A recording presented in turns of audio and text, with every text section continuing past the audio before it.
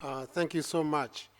And what I'm hearing from my friend George Jackson is very interesting, that we are not trying to bring in the Western paradigm, but to work using an African paradigm, and it's very, very important. But let's look at, for instance, the mineral resource sector. For the investment to go into the mineral resource sector, you need real money. And the Western model, which we may copy, uses, for instance, family offices. They manage people's money, which is our money, no matter how it's been gotten, is sitting in Swiss banks, is developing the Switzerland infrastructure.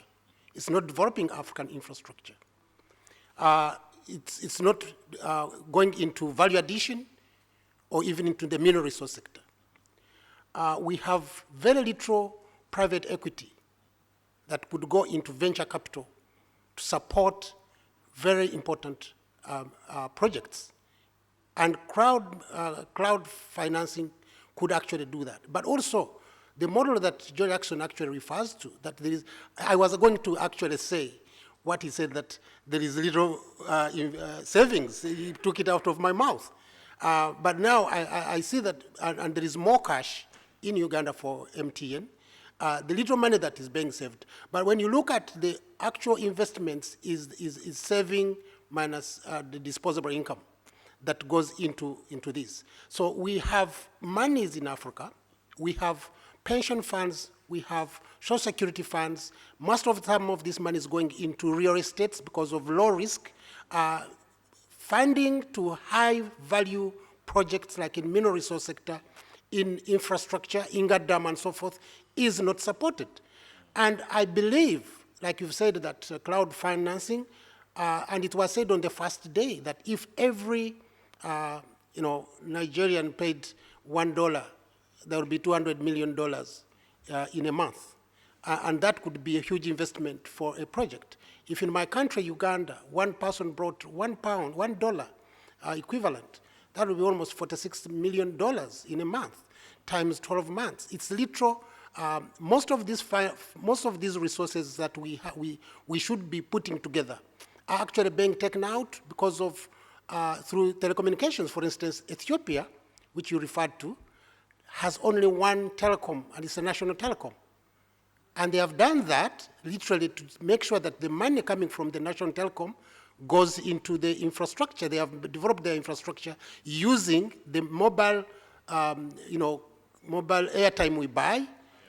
Everything is going back into that.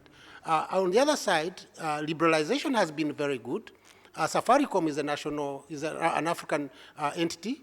MTN is a South African thing. Probably you can say it's an African thing. But I also looked at when we had Ebola in West Africa. The African Union came together and collected some funding from telecommunications, contributing almost 1 cent of the airtime we buy. Right. If you can galvanize some of those financing, this could go into venture capitalists, could go into private equity that can go and finance mega projects that we need on Africa to jump to leapfrog. So if we're going to take that into account, there are diaspora bonds. We haven't used them in Africa. We have a lot of money in the diaspora. How do we ensure that we can actually use that and work with the fintech that are already on the continent, right, whereby they have managed to reduce the gap of the information between the principal and the agent, so that we can actually bring more investors into other major projects? Because we look at mineral resource sector again, we are trying to value add to our resources, but no country, no investor wants to come from outside to come in and add value on our resources on the continent. Yeah. Because they will be creating jobs on the continent. They don't want to do that. Yeah. They want to create jobs on their continent, so they take our raw materials, yeah, add them value to the other side, and then bring them back.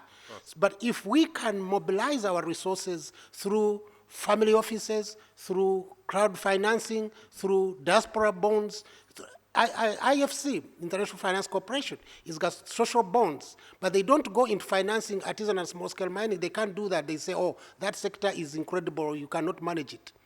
But that's where there are multitudes of African young men, women, and girls actually scratching the soil for the livelihood. And it's our own private sector in the minority sector. But they cannot access any financing, formally or informally. And I'm sure even George Jackson here may not even be able to finance an ASM. Because